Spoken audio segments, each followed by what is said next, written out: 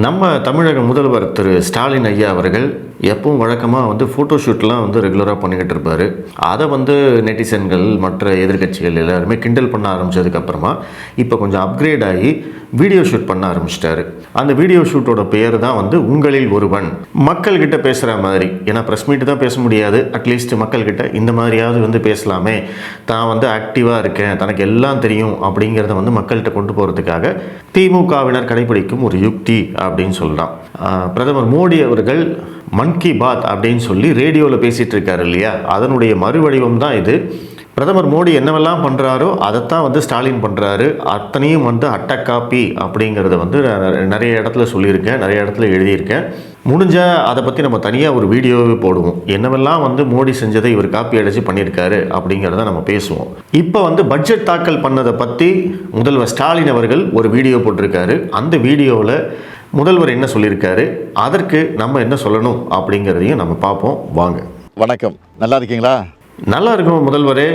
தினமும் கொலை நடக்குது, கொள்ளை நடக்குது, கஞ்சா போதை மருந்துகள் விற்பனை ரொம்ப ரொம்ப அமோகமாக இருக்குது. தினமும் பாலியல் பலாத்காரங்கள் நடந்துக்கிட்டே இருக்குது. சாதிய மோதல்கள் தமிழ்நாடுக்கும் நிறைய நடந்துக்கிட்டே இருக்குது.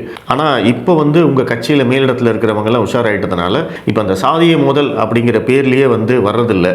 நடந்த சம்பவங்கள் அனைத்துமே முன்விரோதம் காரணமாக நடந்தது அப்படின்னு தான் நியூஸே வெளியிடுறாங்க. நியூஸ் வெளியிடுற போதே இப்போல்லாம் ஆடிட் பண்ண ஆரம்பிச்சிட்டாங்க, தணிக்கை பண்ண ஆரம்பிச்சிட்டாங்க, சென்சார் பண்ண ஆரம்பிச்சிட்டாங்க. அதனால் தமிழகம் ரொம்ப ரொம்ப அமைதியாக இருக்குங்க முதல்வரே. நாங்களும் ரொம்ப நல்லா இருக்கும். ஏன்னா இதெல்லாம் பழகிடுச்சு எங்களுக்கு. என்னைக்காவது ஒரு நாள் நடந்தால் நம்ம அரசாங்கத்தை பார்த்து கேள்வி கேட்கலாம். தினசரி இதுதான் நடக்குது அப்படிங்கிற போது நாங்கள் கேள்வி கேட்டு என்ன பிரயோஜனம்? பட்ஜெட்டுக்கு முன்னாடி நீங்க போட்ட ட்வீட்டே நேஷனல் நியூஸ் ஆயிடுச்சே. ஒண்ணும் இல்ல, பட்ஜெட் லோகோவை வெளியிட்டு இருந்தேன். மொழி கொள்கையில நாம எந்த அளவுக்கு உறுதியா இருக்கோம்னு காட்ட அதுல ரூன்னு வச்சிருந்தோம், அவ்வளவுதான். ஆனா தமிழை பிடிக்காதவங்க அதை பெரிய நியூஸ் ஆக்கிட்டாங்க. ஒன்றிய அரசு கிட்ட 100 நாள் வேலை திட்டத்துக்கான சம்பளத்தை தாங்க, பேரிடர் நிதி தாங்க, பள்ளி கல்வி நிதியை விடுவீங்கன்னு தமிழ்நாடு சார்பா 100 கோரிக்கை வச்சிருப்பேன். அதுக்கெல்லாம் பதில் பேசாத ஒன்றிய நிதியமைச்சர் முதல்வர் ஸ்டாலின் அவர்கள் ட்வீட் போட்டது நேஷ்னல் லெவலில் பெரிய பேசு பொருளாக மாறிடுச்சு அப்படின்னு அவங்களே ஒரு கேள்வி கேட்டு தலைவரே ஒரு பதில் சொல்கிறாங்க. அதாவது அந்த ரூபாய் சிம்பிளை மாற்றினது அந்த விஷயம் பொறுத்த வரைக்கும் இவர் என்ன சொல்கிறாருன்னா, தமிழ் மேல் இருக்கக்கூடிய பற்றில், மொழிக் கொள்கையில் நாங்கள் எவ்வளோ உறுதியாக இருக்கோம் அப்படிங்கிறதுக்காக செஞ்சோம் அப்படிங்கிறாரு. அப்படிங்கிறதுக்காக செய்ய வேண்டியது எவ்வளவோ இருக்குங்க. இது நீங்கள் மத்திய அரசை வம்புக்கு இழுக்கணும்னு செஞ்சுருக்கீங்க. மத்திய அரசை சீண்டி பார்க்கணும், அவங்கள எப்படியாவது ரியாக்ட் பண்ண வைக்கணும் அப்படிங்கிறது தான் தமிழக அரசோட திமுகவுடைய நோக்கம். ஏன்னா அப்படி ரியாக்ட் பண்ணாங்க அப்படின்னா அதை வச்சு அரசியல் பண்ணலாம். ஏன்னா இப்போ தர்மேந்திர பிரதான் ரியாக்ட் பண்ணார். உங்களுக்கு நல்லா ஞாபகப்படுத்தி பாருங்கள். இந்த மொழிக் கொள்கை பற்றி நிறைய பேசிக்கிட்டே தான் இருக்காங்க. இந்தியை திணிக்கிறாங்க, அதை பண்ணுறாங்க, இதை பண்ணுறாங்கன்னு பேசிக்கிட்டே தான் இருக்காங்க. ஆக்சுவலாக இந்த 2152 கோடி ரூபாய் பிஎம்சி திட்டத்துக்கான நிதியை மொழிக் கொள்கையை ஏற்றுக்கொண்டால் தான் தருவேன் அப்படின்னு திமுக காரங்க தான் சொல்லிட்டு இருந்தாங்களே தவிர மத்திய அரசுலேருந்து யாருமே சொல்லலை. ஆனால் மத்திய அரசுலேருந்து தர்மேந்திர பிரதான் ஒரே ஒரு பேட்டி கொடுத்தாரு. இந்த காசி தமிழ் சங்கமம் நடக்கிற போது தமிழகம் மட்டும் விதிவிலக்கு இல்லை, அவங்களும் இதை ஏற்றுக்கணும் அப்படின்னு ஒரு வார்த்தை சொன்னார். அந்த ஒரு வார்த்தைக்கு கிட்டத்தட்ட 1.5 மாதமாக அதை வச்சு அரசியல் பண்ணிகிட்டு இருக்காங்க. இது தான் அந்த ரியாக்ஷன். இப்போ இதே மாதிரி நிர்மலா சீதாராமனோ அமித்ஷாவோ இல்லை பிரதமரோ யாராவது ஒருத்தர் அதை ரியாக்ட் பண்ணிட்டாங்க, திமுகவுடைய இந்த பிரச்சாரத்துக்கு ரியாக்ட் பண்ணிட்டாங்க அப்படின்னா அதை வச்சு 4-5 நாள் அரசியல் பண்ணலாம் இல்லையா? அது மட்டும்தான் இவங்களுக்கு வேணும். இதனால் தமிழக மக்களுக்கு ஏதாவது பயன் இருக்கா? ஒன்றுமே கிடையாது.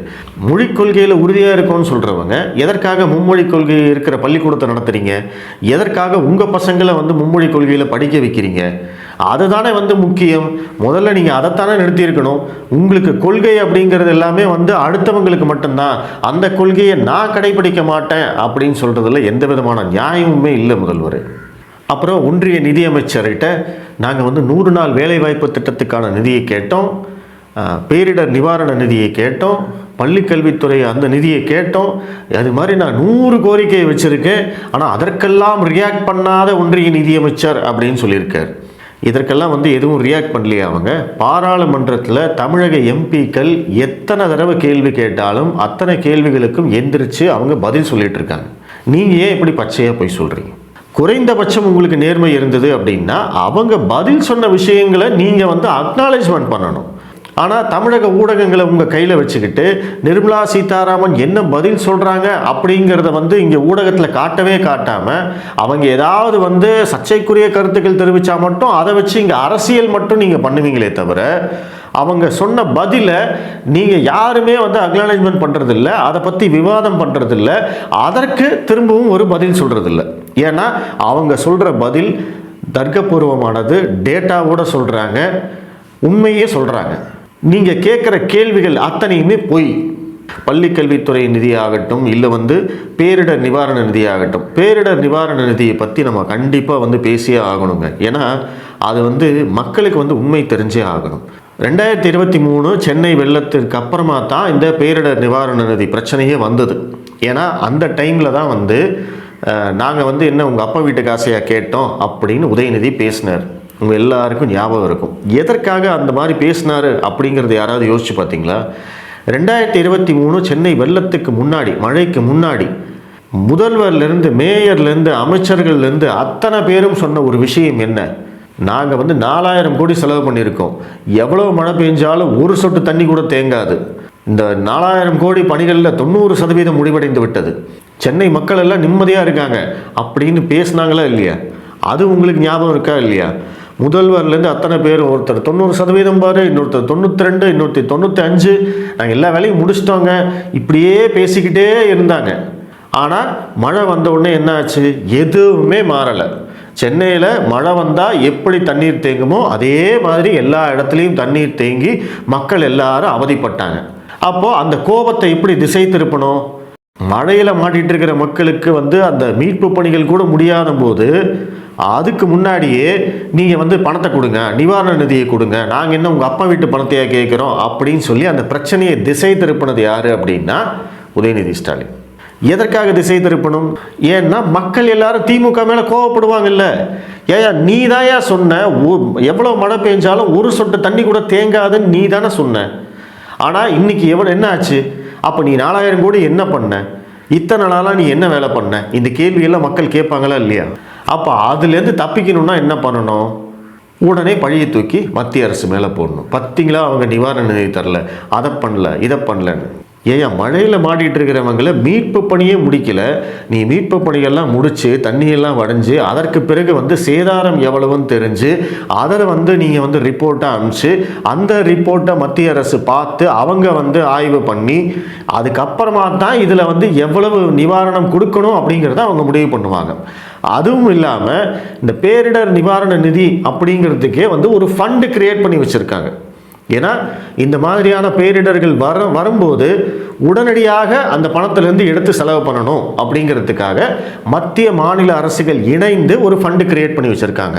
ஒவ்வொரு வருஷமும் ஒவ்வொரு மாநிலத்துக்கும் இவ்வளவு நிதி அப்படிங்கிறத ஏற்கனவே ஃபிக்ஸ் பண்ணி வச்சுருக்காங்க. அந்த நிதியை அந்த அக்கௌண்ட்டில் மத்திய அரசு போட்டுரும். இதைத்தான் நிர்மலா சீதாராமன் அவர்கள் தெளிவாக சொன்னாங்க. ஏங்க அந்த பேரிடர் நிவாரண நிதி அக்கௌண்ட்டில் ஏற்கனவே 900 கோடி இருக்குது, அதை எடுத்து செலவு பண்ணுங்க அப்படின்னா இவங்க அதெல்லாம் கேட்டால் தானே, அதெல்லாம் இவங்க காதில் விழுந்தா தானே. இவங்க வந்து அந்த சென்னை புயலுக்கு வந்து நிவாரணம் வேணும்னு கேட்டு எவ்வளவு அமிச்சாங்க தெரியுமா? 37,000 கோடி. அப்போ 37,000 கோடி அளவுக்கு சேதம் நடந்திருந்தது அப்படின்னா முதல் கேள்வி யாரை கேட்கணும்?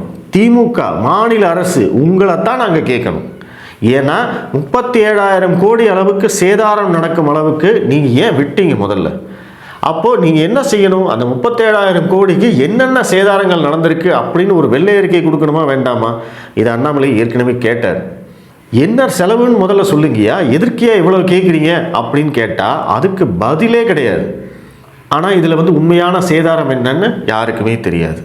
இப்படித்தான் ஒவ்வொரு பேரிடரிலையும் இவங்க வந்து மத்திய அரசு மேலே பழி போடணும், தன்னை வந்து காப்பாற்றிக்கணும், தன்னுடைய இயலாமையை, தன்னுடைய இன்எஃபிஷியண்ட்டை வந்து மக்கள்கிட்டேருந்து மறைக்கணும், மக்களுடைய கோபத்தை வந்து மடை மாற்றணும், பாஜக மேலே கொண்டு போகணும் அப்படிங்கிறதுக்காக திட்டம் போட்டு செயல்படுறது தான் இந்த பேரிடர் நிவாரண நிதி.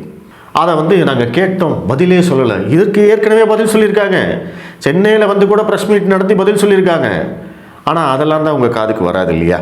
பட்ஜெட்டுக்கான ப்ரிப்பரேஷன்லாம் எப்படி பண்ணீங்க? முதலமைச்சருக்கான பொருளாதார ஆலோசனை குழுல நோபல் பரிசு பெற்ற எஸ்தர் டப்ளோ, அறிஞர்கள் ரகுராம் ராஜன், ஜான் தீரஸ், அரவிந்த் சுப்பிரமணியன், நாராயணன் போன்றவங்க நிறைய ஆலோசனைகளை வழங்கினாங்க.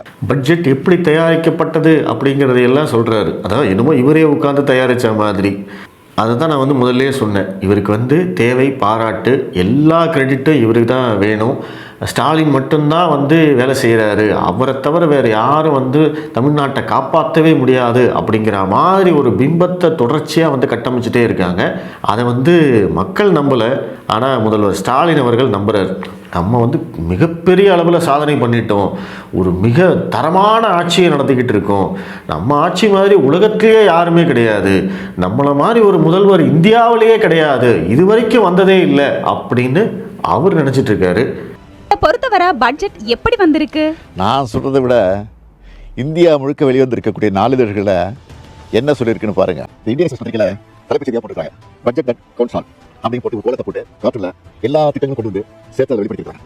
டைம்ஸ் ஆஃப் இந்தியால to checkmate opposition next year Tamil Nadu finance minister moves in welfare பீசஸ்னு தலைப்புல, அதாவது எதிர்க்கட்சியுடைய அரசியல் குற்றச்சாட்டுகளை செக்மெண்ட் செஞ்சிருக்கு இந்த பட்ஜெட்னு எழுதியிருக்கு. தமிழக பட்ஜெட் ஸ்டாலின் அவர்கள் தலைமையில் தாக்கல் செய்யப்பட்ட இந்த பட்ஜெட்டை வந்து ஊர் உலகமே பாராட்டுது அப்படின்னு வந்து புலங்காகிதப்பட்டு எல்லாத்தையுமே ஷேர் பண்ணுறாரு. அவங்க இப்படி சொல்லிட்டாங்க, பேப்பரில் இப்படி போட்டாங்க, ட்விட்டரில் இப்படி இருக்குது, சோஷியல் மீடியாவில் இப்படி இருக்குது, எல்லாமே வந்து இந்த டிஜிட்டல் மீடியா பற்றி தான் வந்து இவருக்கு இருக்கே தவிர மக்களுடைய கருத்து என்ன அப்படிங்கிறது நம்ம முதல்வருக்கு எப்பவுமே தெரிய போகிறதில்ல. ஏன்னா இது எல்லாமே வந்து திட்டம் போட்டு இவங்க பண்ணுறது அப்படிங்கிறது நம்மளுக்கு நல்லா தெரியுது.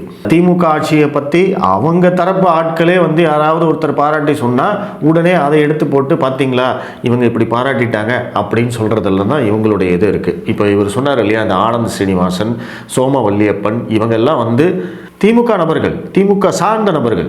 இவங்க எல்லாரும் பாஜகவை விமர்சனம் பண்ணுவாங்க, ஆனால் திமுகவை ஒரு வார்த்தை கூட மாற்றி பேச மாட்டாங்க. ஆனால் இவங்கெல்லாம் வந்து இங்கே தமிழ்நாட்டில் பொருளாதார அறிஞர்கள். இவங்க வந்து என்ன பண்ணுவாங்க, மத்திய அரசு பட்ஜெட் தாக்கல் பண்ணால் அதை வந்து கிழிச்சு தொங்க விடுவாங்க, அதுவே மாநில அரசு செஞ்சால் அதை வந்து தொடர்ச்சியாக பாராட்டிக்கிட்டே இருப்பாங்க. இதுதான் இவங்களுடைய வேலை. முதல்வர் வந்து ஒரு கனவுலகத்தில் வாழ்கிறாரா அப்படின்னு சொல்லி ஒரு 2-3 நாளைக்கு முன்னாடி ஒரு வீடியோ போட்டேன். அதற்கு வந்து இதுவும் வந்து ஒரு எடுத்துக்காட்டு.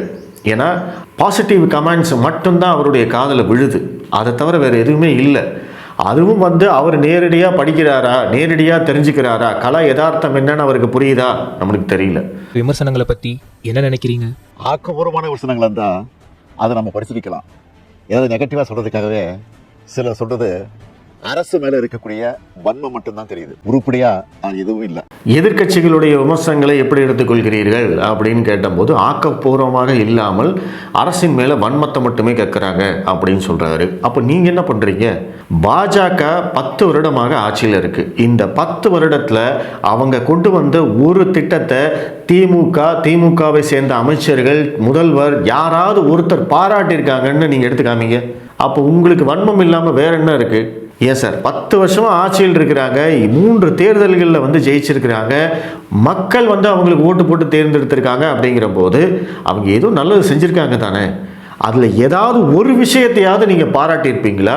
அதில் ஏதாவது ஒரு விஷயத்துக்காவது நீங்கள் கூட உறுதுணையாக இருந்திருப்பீங்களா? எதுவுமே கிடையாது. மத்திய அரசு எந்த திட்டம் கொண்டு வந்தாலும் அதை வந்து எதிர்ப்பது மட்டும்தான் இன்னைக்கு திமுக பண்ணிக்கிட்டு இருக்கு. இன்னைக்கு வந்து பாஜகவை வந்து எதிர்கட்சியாக பார்க்கறது இல்லை, எதிரி கட்சியாக தான் வந்து பார்த்துக்கிட்டு இருக்கீங்க. ஆனால் நீங்கள் வந்து என்ன சொல்கிறீங்க, எதிர்கட்சிகளுக்கு வன்மம்னு சொல்கிறீங்க. இதை விட நகைச்சுவை வேறு எதுவுமே இல்லைங்கய்யா. இதை குறைச்சிருக்கலாம். கடன் எல்லாமே கட்டுக்குள்ள இருக்கா? எந்த வகையில மத்த மாநிலங்களை விட தமிழ்நாடு தனித்துவமா இருக்கு? தமிழ்நாட்டுடைய கடன் கட்டுக்குள்ள இருக்குன்னு அண்மையில வெளியான பொருளாதார ஆய்வறிக்கையும் தெளிவுபடுத்தியிருக்கு. கடன் வாங்காத அரசுன்னு எதுவும் இல்லை. அப்படி வாங்குகிற கடனை முறையா செலவு பண்றோமா என்பதுதான் முக்கியம். இதில் வந்து கடனை பற்றி வந்து ஒரு புள்ளி விவரம் வேறு சொல்கிறாரு. அது எந்த அளவுக்கு உண்மை அப்படிங்கிறது தெரியல. 50 வருட தமிழகத்துடைய கடன் வந்து 5 லட்சம் கோடி, 4 வருட திமுகவுடைய கடன் வந்து 4 லட்சம் கோடி. இதை நான் வந்து மேலோட்டமாக சொல்கிறேன், அப்ராக்சிமேட்லி சொல்கிறேன். 50 வருடமாக 5 லட்சம் கோடி கடன் வாங்கின தமிழ்நாட்டை வெறும் 4 வருஷத்தில் 4 லட்சம் கோடி கடன் வாங்கிட்டு கடன் வந்து கட்டுக்குள்ளே இருக்குது, நாங்கள் குறைச்சிருக்கோம் அப்படின்னு இவர் சொல்கிறாரு. அப்படின்னா நம்மளுடைய அந்த ஜிஎஸ்டி உற்பத்திக்கு கிட்டத்தட்ட 26% வரைக்கும் கடன் வாங்கலாம் அப்படின்ட்டு இருக்கு. நம்ம இன்னைக்கு வந்து 23% இருக்கோம். இன்னும் 2% கூட நம்ம கடன் வாங்கலாம் அப்படின்னு வந்து இவங்க சொல்கிறாங்க. வருகிற நிதியாண்டில் 25-26 1,05,000 கோடி ரூபாய் கடன் வாங்க போகிறாங்க. மற்ற மாநிலங்களை விட சிறப்பாக இருக்கும் அப்படின்னு சொல்கிறாங்களே. குஜராத் மாநிலத்துடைய கடன் 3,72,000 கோடி, தமிழகத்துடைய கடன் 9 லட்சம் கோடி. குஜராத்தில் மதுவினால் கிடைக்கும் வருமானம் வெறும் 172 கோடி இந்த ஆண்டு பட்ஜெட் தாக்கலில் அவங்க கொடுத்துருக்கிற அமௌண்ட்டு.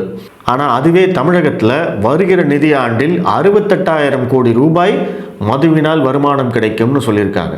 இந்த 68,000 கோடி ரூபாய் மதுவினால் எக்ஸ்ட்ரா வருமானம் தமிழ்நாட்டுக்கு கிடைச்சதுக்கு அப்புறமும் 1 லட்சம் கோடி ரூபாய் இவங்க கடன் வாங்குறாங்க அப்படின்னா அப்போது எந்த மாநிலம் சிறந்ததுன்னு நீங்களே சொல்லுங்கள். பட்ஜெட் முடிஞ்சிச்சு, அடுத்ததா என்ன பிளான்? இப்ப அறிவிச்சதெல்லாம் உரிய காலத்துல நடைமுறைப்படுத்த அமைச்சர்களை அதிகாரிகளை முடுக்கி விடுறதுதான். ஓய்வில்லாமல் உழைக்கும் சூரியனே அப்படின்னு ஏற்கனவே திமுக காரங்கள்லாம் சுவர் விளம்பரத்துல எல்லாம் எழுதுவாங்க. ஸோ அது மாதிரி வந்து டைலாக் வந்து எழுதி கொடுத்துருக்காங்க. நல்லா இருந்தது. இந்த வீடியோ வந்து பொறுத்த வரைக்கும் உண்மையிலேயே வந்து நல்லா பண்ணியிருக்காங்க. பேக்ரவுண்ட் மியூசிக் ஆகட்டும் ப்ளஸ் இந்த ஸ்கிரிப்ட் ஆகட்டும் எல்லாமே ரொம்ப நல்லா இருந்தது. முதல்வர் ஸ்டாலினும் வந்து தேறிட்டார். ஏன்னா இது வந்து 3வது 4வது வீடியோன்னு நினைக்கிறேன். ஓரளவுக்கு வந்து நல்லா பிக்கப் பண்ணிட்டாரு அப்படிங்கிறது நம்மளுக்கு தெரியுது. அவர் வந்து சினிமாவில் நடிக்கணும்னு ஆசைப்பட்டு சில விஷயம்லாம் பண்ணார். அந்த காலகட்டத்தில் அவரால் முடியல. ஆனால் இந்த காலகட்டத்தில் இந்த டிஜிட்டல் யுகத்தில் அவருக்கு இந்த வாய்ப்பு கிடச்சிருக்கு. நல்லாவே நடிச்சிருக்காரு அப்படின்னு தான் சொல்லணும். இதில் வந்து ஒரே ஒரு விஷயந்தான் கடைசியாக சொன்னார். இந்த பட்ஜெட்டில் அறிவிக்கப்பட்ட திட்டங்கள் அனைத்தையும் நான் நிறைவேற்றுவதற்காக அமைச்சர்களை அதிகாரிகளை முடுக்கிவிடும் வேலையை நான் செய்வேன் அப்படின்னாரு. ஆனால் இதற்கு முன்னாடி நீங்கள் ஒரு 3 பட்ஜெட் போட்டிருந்தீங்க. அந்த 3 பட்ஜெட்லேயும் அறிவிக்கப்பட்ட நிறைய திட்டங்கள் நிறைவேற்றவே இல்லைன்னு ஏகப்பட்ட பேர் சொல்லிக்கிட்டு இருக்காங்க. அதுவும் ஆதாரத்தோடு சொல்லிக்கிட்டு இருக்காங்க நீங்கள் சொன்ன மாதிரியே. அதுக்கெல்லாம் வந்து என்ன பதில் அப்படிங்கிறது நம்மளுக்கு தெரியல. பட் முதல்வர் ஸ்டாலினுடைய இந்த வீடியோவை பொறுத்த வரைக்கும் அவருக்கு தேவை வந்து பாராட்டு. தான் வந்து ஒரு மிகச்சிறந்த ஆட்சியை நடத்தி கொண்டிருப்பதாக அவரே நம்பிக்கொண்டிருக்கிறார். அவரை சுற்றி இருப்பவர்கள் அத்தனை பேருமே திமுக காரங்களுடைய கூட்டணி கட்சிக்காரங்களுடைய அந்த விமர்சனங்களை, பாசிட்டிவ் விமர்சனங்களை மட்டும் எடுத்துக்கொண்டு போய் முதல்வர்கிட்ட காமிச்சு, ஐயா பாருங்கள் இப்படி பாராட்டிட்டாங்க அப்படி பாராட்டிட்டாங்கன்னு அவரை வந்து ஒரு கனவுலகத்திலே வச்சுருக்காங்களோ அப்படிங்கிற சந்தேகம் நம்மளுக்கு இருக்குது. தேர்தல் நடக்கிற போது அதில் கிடைக்கக்கூடிய வெற்றி தோல்விகள் தான் முதல்வரை கனவுலகத்திலிருந்து மீட்டு தூங்கிட்டு இருக்கிறவர் எழுப்பும் அப்படின்னு நான் நினைக்கிறேன். நன்றி. நன்றி, வணக்கம்.